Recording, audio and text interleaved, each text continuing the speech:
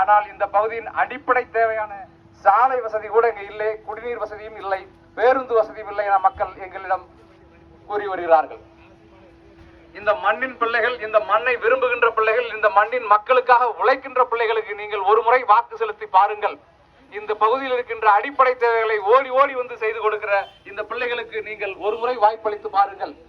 இந்த மண்ணுக்கும் மக்களுக்குமாகவே போராடி 200 வழக்குகளை பெற்ற எங்கள் அண்ணன் செந்தமலன் சீமானின் கரத்தை வலுப்படுத்துவதற்கு வருகின்ற சட்டமன்ற தேர்தலில் நாம் தமிழர் கட்சியின் வெற்றி சின்னமாம் விவசாய சின்னத்தில் நீங்கள் வாக்கு செலுத்தி வெற்றி பெற வைத்தால் இந்த பகுதியில் இருக்கின்ற அனைத்து அடிப்படை தேவைகளையும் நிறைவேற்றுவதோடு இங்குள்ள பிள்ளைகள் படிப்பதற்கு ஒரு தரமான நாங்குநேரியில் தரமான அரசு கல்லூரி, அனைத்து கல்விகளும் கற்றுத்தரக்கூடிய அனைத்து வசதிகளும் நிறைந்த ஒரு அரசு கல்லூரியும் அனைத்து மருத்துவ வசதிகளும் கூடிய தரமான ஒரு மருத்துவமனையும் உருவாக்கி தருவோம்.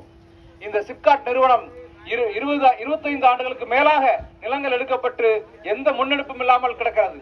அந்த சிப்காட் நிறுவனத்துக்குள் சிட்கோ நிறுவனத்தை கொண்டு வந்து இங்கே விளைகின்ற நெல், வாழை, பருத்தி போன்ற பிரதான பொருட்களுக்கு மதிப்பு கூட்டு நிலையங்களை உருவாக்கி படித்த பிள்ளைகளுக்கு வேலை வாய்ப்பை உருவாக்கி தருவோம்.